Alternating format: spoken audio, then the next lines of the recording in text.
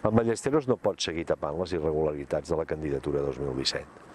Aquests dies ens hem enterat que els dominis de la candidatura resulta que estaven i són propietat de l'amic del senyor Mario Rigau, que és el senyor Paco Luengo, que és el famós senyor que tenia aquella empresa que es deia Tecnigenia i tot aquell culebrón que va sortir aquest estiu i que el recordeu perfectament.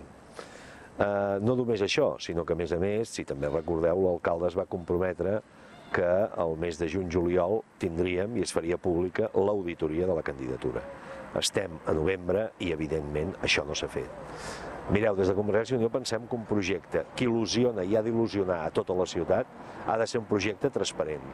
Penseu que hi ha més de 3.000 persones, voluntaris, gent de bona fe, que s'hi ha posat a la candidatura i que té ganes que Tarragona celebri els Jocs del Mediterrani. Com la tenim tots, també la tenim nosaltres. Però el que no pot ser és que una cosa com aquesta es porti tan malament.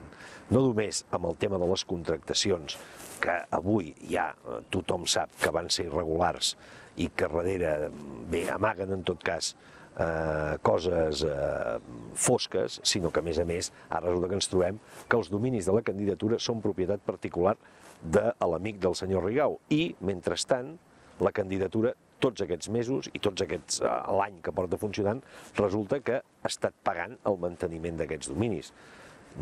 Una cosa que, com veieu, no té cap sentit. Per tant, nosaltres demanem i exigim un altre cop a l'alcalde que canviï aquesta dinàmica de la candidatura, que canviï aquestes persones perquè tots, i quan dic tots vull dir tots puguem trobar-nos còmodes a la candidatura, perquè nosaltres no volem altra cosa que participar-hi.